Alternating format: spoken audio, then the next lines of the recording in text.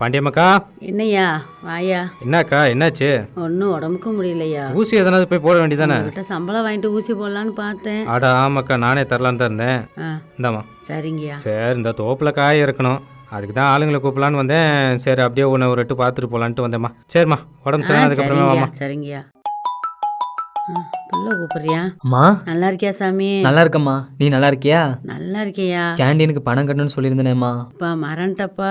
ஒரு 10 நிமிஷத்துல அந்த செல்லு கடையில் கொண்டு போய் போட்டு வந்துட்டப்பா. சரிம்மா சரிம்மா.